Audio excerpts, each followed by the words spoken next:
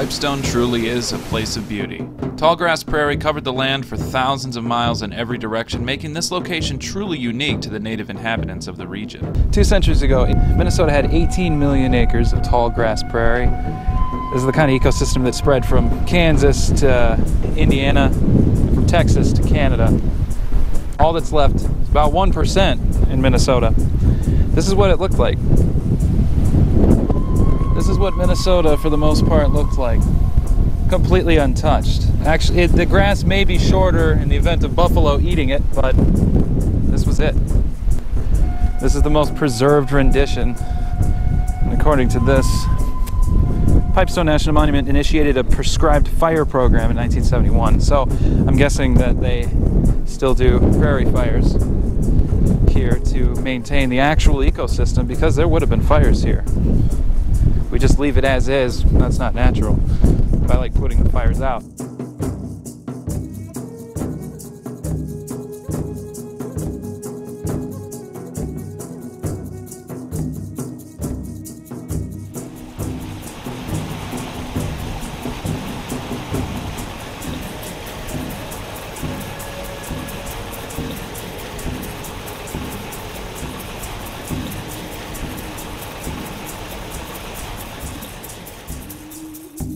The natives believe the oracle, guardian spirit that overlooks the Pipestone quarries. Seeing what happens in the valley of the quarries, it is believed the oracle will impart wisdom to the quarriers who show their respect by leaving offerings. Oh, I see it. Okay. I'll take a picture for you. It's pretty cool.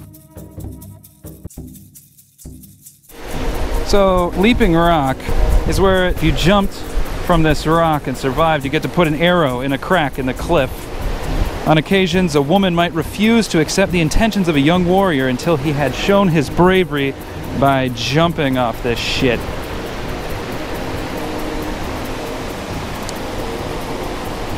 Yeah, early pioneers in the white boy fashion decided to just write their name in here. This is real old stuff. This isn't recent, I hope. I don't think there's any religious significance to this one, but the old stone face. I like how they do this. I'll take another picture for you. See prayer cloths as well. The exact same kind of religious ritual of tying cloths to trees that was in Devil's Tower, 2 states away on the other end of South Dakota in Wyoming, is being practiced here. I find that absolutely remarkable. After hiking around the monument, I made one last stop at the main attraction of Pipestone. Inside the visitor center are some Dakota themselves, using hand tools to create pipes out of the quarried rock. Visitors can see the traditions of pipe making practiced right here at the monument. After thousands of years, the ritual of using hand tools to create the pipe is still being passed on.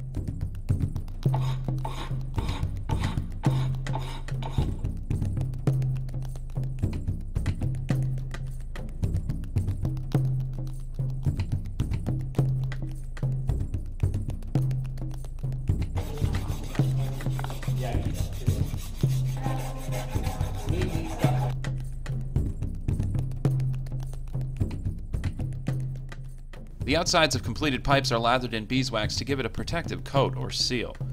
And not all the pipe makers' display items were pipes, however. Oh, look at that. You got a stand? That is creative. I made that about 20 years ago. I guess I should give a disclaimer regarding this season and the Dakota War in general on Two Wheels, One Compass. The accounts from the Dakota War must seem like they're all coming from a white perspective. This is true for a few reasons. The Dakota had no written language at the time of the war. They were not accustomed to the Western idea of documenting information such as counting casualties after a battle or recording first-hand accounts. Much of the information regarding the war was spread by word of mouth among the Dakota, and to make it more complicated, many Dakota did not speak English. Any information recorded from them would have to be put through a translator, which leaves room for errors, dramatizations, and misinformation. As many say, history is written by the victors, so I tried to put both sides of this conflict into as open of a perspective documented history would allow.